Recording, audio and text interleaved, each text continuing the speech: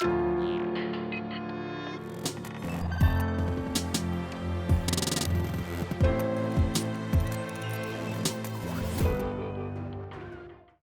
for coming at this early hour on a Saturday.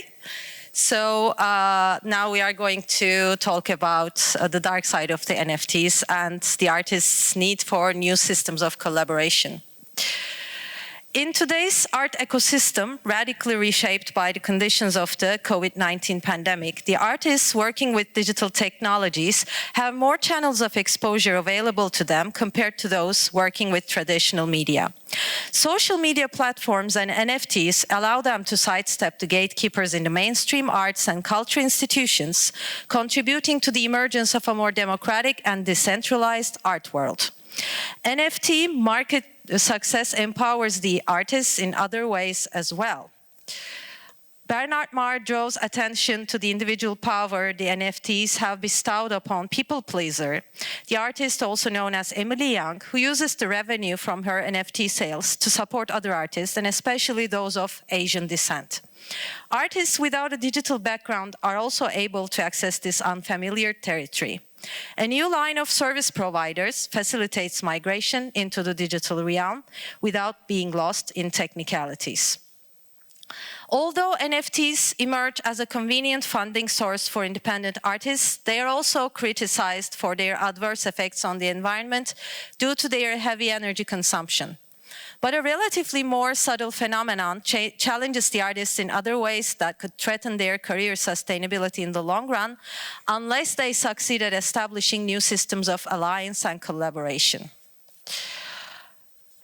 In his article on The Atlantic, Anil Dash observes that the current NFT market is drawing an extraordinary range of grifters and spammers, and the artists' works are regularly being hijacked on social media and converted to NFTs and sold by other people without their permission. The artists' vulnerabilities in the digital environment are also pointed out by Cass Marshall, who explains that artists exhibiting work on social media and worried about hijackers ultimately decide to avoid online presence altogether. Thus, as Simon Spichak says, it's no surprise that, quote, much of the pushback against NFTs is coming from the artists that they were supposed to help, end of quote, due to the unbridgeable difference between the copyright culture of the latter and those of the newly emerging NFT fans. Andy's story identifies yet other ways in which NFTs negatively impact the artists, such as speculative and fluctuating prices hurting the artist's overall market value, the NFT platform's high entry costs, low respect for the work's artistic value, and the possibility of the work being used in contexts the artist does not wish to be associated with. The issue is also a source of conflict within the artistic community itself, particularly between the artists continuing to produce NFTs and their colleagues pressurizing them to stop doing so. The pressure can be so serious that, for instance, ArtStation had to cancel its upcoming NFT initiative due to intense online criticism by its users based on environmental concerns. And legal complaints are not only filed by the artists either. A giant brand, Hermès, sued Maison Rothschild for releasing Meta Birkins, or 100 NFTs resembling the iconic Hermès Birkin handbag. And the result of the lawsuit will also impact the collectors who have already bought items from the collection. Rothschild defended himself by arguing that under the First Amendment, he had the right to, quote, create art based on his interpretations of the world around him, end of quote, and drew an analogy between his work and Andy Warhol's Campbell soup can, but it was not sufficient for the court to dismiss the case. In sum, NFTs offer an additional income source and an alternative exposure channel to the artists, allowing them to bypass the gatekeepers in the museums, galleries, and auction houses. But they also give rise to a more chaotic art ecosystem, in which artists have to choose between enhanced public exposure and the risk of intellectual property theft, or daring creativity and large-scale copyright lawsuits. Moreover, the medium's accessibility that appears as a great advantage also brings them face-to-face with competition against a new type of actors prioritizing financial value over artistic sophistication. Environmental concerns associated with NFT transactions add further complexity to the situation, increasing the tension between pro and anti-NFT artists. New systems of alliance and collaboration for the artists. As a response to the challenges at hand, artists necessitate new systems of alliance and collaboration, allowing them to navigate this chaotic art ecosystem more safely. One of the most basic strategies could be to join forces with other artists in the form of co-productions.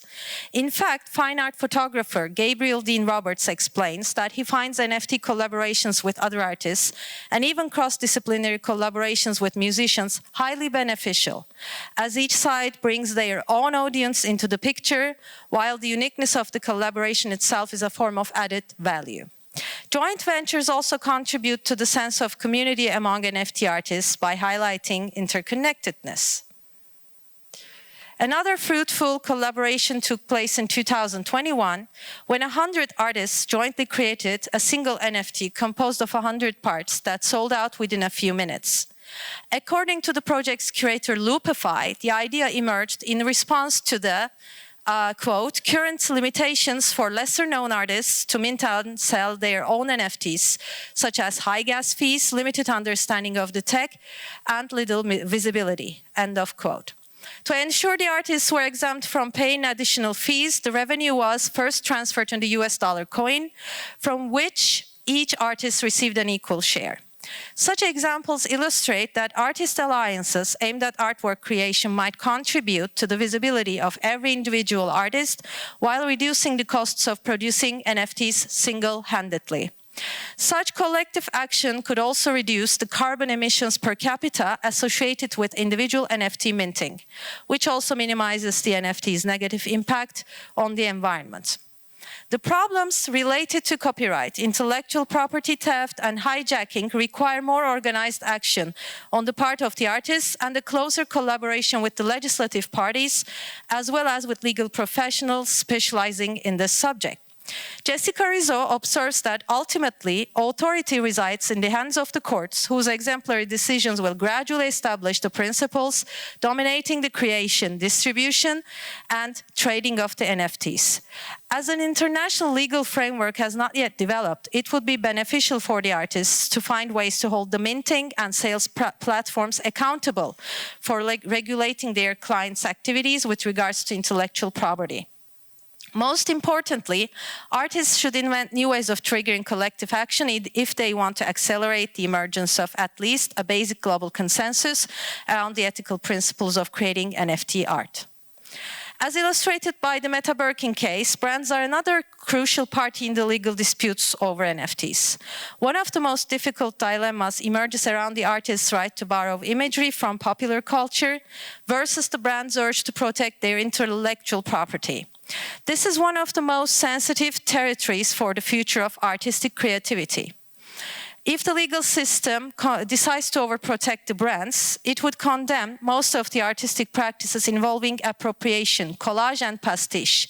And it would do so because it can, thanks to the digital technology, facilitating surveillance and tracking. This, in turn, would seriously deprive the NFT world from the ability to produce art with a political or critical stance, sterilizing it into a corporate-friendly environment. The dilemma is further complicated by the fact that brands complain about the NFT artists in the same way that artists complain about their online hijackers, and differentiating the two contexts is not always easy.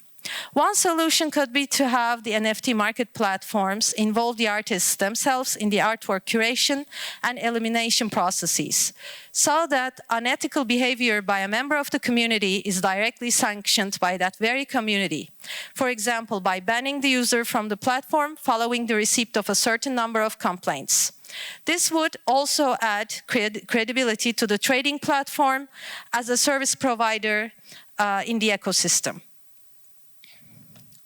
Arqual, introducing itself as, quote, the first blockchain ecosystem built by the art community for the art community, end of quote, is a promising initiative in this regard.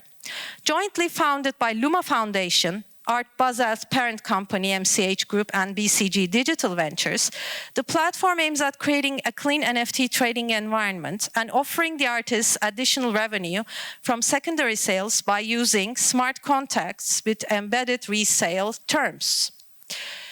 As illustrated by the overview above, the NFT market's global outreach and independent environment is extremely beneficial for the artists, but it also intensifies their existing vulnerabilities, especially in terms of intellectual property rights, by destabilizing the art ecosystem as well as contributing to the deterioration of the ecological one. As the ethical framework of this newly emerging territory has not yet fully developed, the artists might still seize the opportunity to directly shape its future if they manage to act in solidarity, hold the NFT trading platforms accountable, and insist on directly participating in the ongoing legislative processes. Further research is necessary to deepen our understanding of the dynamics dominating the NFT art world, the existing legislation at the national, regional, and/or global level, and how artist communities operate in the face of the existing challenges. Thank you.